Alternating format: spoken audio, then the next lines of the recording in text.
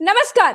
राहुल गांधी की सजा पर रोक लग गई है, अब उनकी सदस्यता बहाल होगी। अब राहुल गांधी को अपना सरकारी बंगला भी मिल जाएगा और साथ ही साथ इसी सत्र में राहुल गांधी संसद में वापसी करने वाले हैं। तो आगे क्या कुछ होने वाला है, सुप्रीम कोर्ट से मिली इस राहत के क्या मायने हैं, इन सब पर बात करने के लिए हमारे साथ सुप्रीम कोर्ट के वकील करणजोत सिंह जी है। करणजोत जी, आपका बहुत स्वागत है। राहुल गांधी जी को मिली इस सुप्रीम कोर्ट से जो राहत है, इस सुप्रीम राहत के क्या मायने हैं करण जी? धन्यवाद मैम। मैम, इसके अंदर जैसा कि मैंने पहले भी बताया था, जो राहुल गांधी जी हैं वो एक हीनियस क्रिमिनल नहीं है, हैबिचुअल ऑफेंडर नहीं है, जो कि आज उनके वकील है मनोज सांघवी जी, सीनियर एडवोकेट है। उन्होंने वही तर्क रखे जो कि एक सिंपल से डेफामेशन केस के अंदर रखे जाने चाहिए और रख सकते हैं। इसलिए उन्होंने ये बताया गया कि देखिए, ये जो हैबिचुअल ऑफेंडर नहीं है राहुल गांधी जी, और मैक्सिमम सजा 2 साल की है, तो उनको मैक्सिमम सजा ही 2 साल दे दी गई। अगर इसमें और सजा बनती तो शायद वो भी दे दी जाती, क्योंकि इसमें एजेंडा पॉलिटिक्स का छुपा हुआ है कहीं ना कहीं।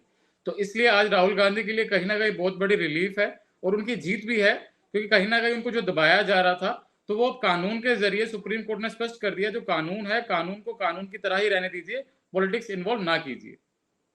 करण जी, सुप्रीम कोर्ट ने निचली अदालतों से एक सवाल भी पूछा है कि निचली अदालतों ने ये अभी तक नहीं बताया है कि सजा अधिकतम सजा क्यों दी गई है। अगर सजा 1 साल 11 महीने की भी होती तो भी वो अयोग्य नहीं ठहराए जाते। तो अधिकतम सजा का कारण भी सुप्रीम कोर्ट ने पूछा है निचली अदालतों जी से। जी बिल्कुल, सुप्रीम कोर्ट ने इस पे चर्चा करते हुए पूछा कि जो इनकी सजा है वो मैक्सिमम 2 साल की क्यों इनको 2 साल ही दी गई, और इसके साथ जो वहाँ के सिटीजन्स है उनके भी राइट्स कहीं ना कहीं वायलेट हो रहे हैं, क्योंकि वहाँ की जो सीट है उसको खाली रखना भी ठीक नहीं है, क्योंकि एमपी का होना भी बहुत जरूरी है कहीं ना कहीं पे। वहां के अगर सांसद नहीं रहेंगे, एमपी नहीं रहेंगे, तो बहुत दिक्कत की बात है। इसलिए सुप्रीम कोर्ट ने उनसे भी ये जानकारी लेना जरूरी समझा कि 2 साल की सजा आखिर दी तो क्यों दी गई, किस एजेंडा था, किस तर्क पे दिया गया, अगर मेरिट पे था तो क्या मेरिट था। तो इसलिए निचली अदालत को बताना पड़ेगा कि किस मेरिट के आधार पर उनको 2 साल की सजा दी गई है। बिल्कुल करण जी, अब आगे क्या कुछ होने वाला है? आपको क्या लगता है कि अब तो 2 साल की सजा पर रोक लग गई है, अब जी आगे क्या कुछ हो सकता है?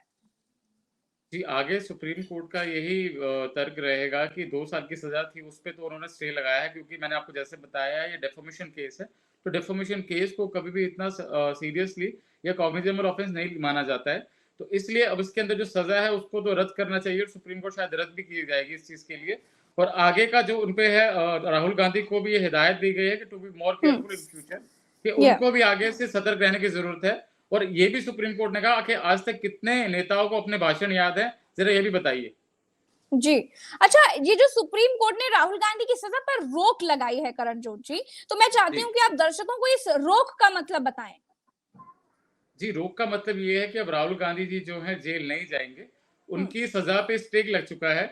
जो अब स्टे के अनुसार जब तक कोर्ट में पैरवी चलेगी तब तक के लिए उनको स्टे मिला रहेगा। उनको पुलिस अरेस्ट नहीं कर सकती है, और ना ही उनको अब उनके खिलाफ कोई भी एडवर्स ऑर्डर पास किया जा सकता है निचली कोर्ट के माध्यम से, जब तक सुप्रीम जी, कोर्ट में सब जुडाइस मैटर रहेगा, पेंडिंग रहेगा।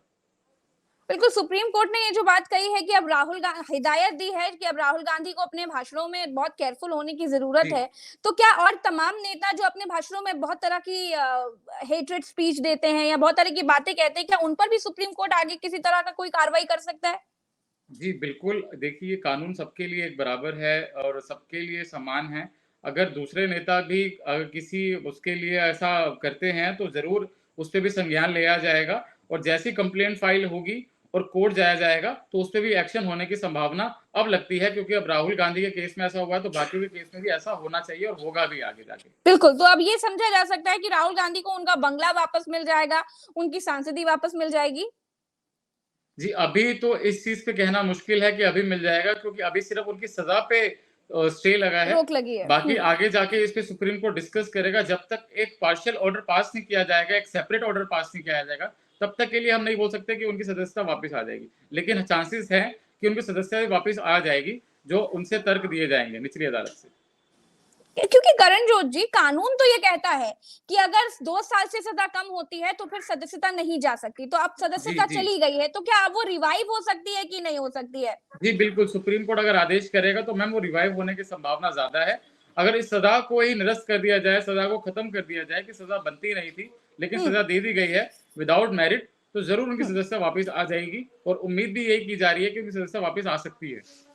अच्छा, अब आगे क्या हो सकता है करण जोजी? क्या राहुल गांधी को कुछ जुर्माना देकर के ये केस खत्म हो सकता है, या फिर माफी मांगनी पड़ेगी राहुल गांधी को? क्योंकि राहुल गांधी तो कह चुके हैं कि मैं माफी नहीं मांगूंगा, क्योंकि अभी जी, तो जी, सजा जी, पर जी, रोक जी। लगी है, लेकिन ये केस तो चलता रहेगा। ये केस तो अभी खत्म नहीं हुआ है ना।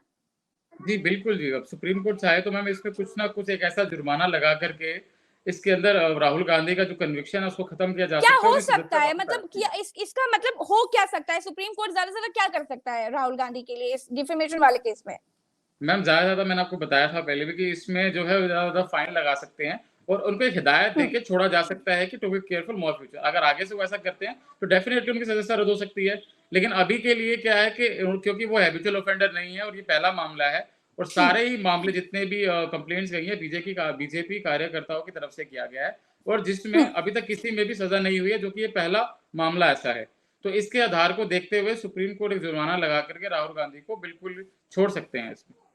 अच्छा, करण जोजी, अभिषेक मनु सिंघवी जो कि राहुल गांधी जी के वकील हैं, उन्होंने एक बात कही है जो कि बड़ी इंटरेस्टिंग है। उसमें ये कहा है कि पूर्णेश मोदी, जिन्होंने मानहानि का केस राहुल गांधी पर लगाया, जिन्होंने कहा कि मोदी समुदाय का अपमान हुआ है, राहुल गांधी ने अपमान किया है मोदी समुदाय का, वो खुद पूर्णेश मोदी जो है वो मोदी नहीं, उन्होंने अपना नाम बदला है, मोदी कर लिया है। तो क्या इस पर भी सुप्रीम कोर्ट सख्त हो सकता है? जी, बिल्कुल हो सकता है। देखिए कोर्ट में एफ़िडेविट जो होता है, वो सबसे मेन होता है। अगर वो एफ़िडेविट झूठा पाया जाता है, एफ़िडेविट से कोई छेड़छाड़ करता है या गलत फैक्ट्स देता है, तो सुप्रीम कोर्ट उसमें भी डेफमेशन की धारा लगा सकते हैं और एक मानहानि का मुकदमा अलग से दाखिल किया जा सकता है। क्योंकि कंसीलमेंट ऑफ द फैक्ट्स माना जाता है, कोर्ट से जो सच छिपाने के लिए एफ़िडेविट फाइल किया जा सकता है, तो इसके आधार पर भी सज़ा बन सकती है, जो कि बनती है कोर्ट के अंदर। बिल्कुल, 370 पहले का ही जो बात कही। सीआरपीसी का है, हाँ प्रावधान होता हाँ है हाँ। इसके अंदर, आईपीसी के अंदर। अच्छा, तो इसके पहले ही बात कही जा रही थी कि राहुल गांधी अगर माफी मांग ले तो शायद उनकी सजा कम हो जाए, शायद उनको सजा ना मिले। तो अब तो राहुल गांधी ने बात कह दी कि हम माफी तो बिल्कुल नहीं मानेंगे। वो अपने आप को निर्दोष कहते रहे और सुप्रीम कोर्ट ने भी अब ये बात कही है कि अधिकतम सजा क्यों दी गई है। तो क्या निचली अदालतों से सवाल पूछेगी सुप्रीम कोर्ट और जवाब एक तय समय देगी कि इस समय तक हमें जवाब दें कि आखिर आपने अधिकतम सजा क्यों दी? जी, बिल्कुल ट्रायल कोर्ट से रिकॉर्ड मंगवाया जाएगा और एक मेरिट्स के आधार पर कोर्ट्स के अंदर मेरिट्स होते हैं, तो मेरिट्स के आधार पर पूछा जा सकता है कि आपने इनको मैक्सिमम सज़ा क्यों दी गई? तो उस पे क्लैरिफ़िकेशन और जस्टिफिकेशन देना बिल्कुल बनता है और सुप्रीम कोर्ट चाहे तो मंगवा सकता है और शायद मंगवाएगा भी, जो कि ये इंटरनल प्रोसेस है। उसके बाद सुप्रीम कोर्ट आगे की रणनीति और जो है वो सब तय करता है मैम। जी, बहुत-बहुत शुक्रिया करण जोत जी। आपने समय दिया और सुप्रीम कोर्ट के तमाम दांव-पेच हमें समझाने की कोशिश करी, और अब आगे क्या कुछ होने वाला है वो भी हमने समझने की कोशिश करी आपसे। करण जोत जी, आपका बहुत-बहुत शुक्रिया। और अभी से थैंक यू कुछ मैम। देर बाद हम और सुप्रीम कोर्ट के तमाम वकीलों के साथ जुड़ेंगे, जिसमें करण जोत जी हमारे साथ रहेंगे। आप ज़रूर जुड़िएगा। नमस्कार। जय हिंद।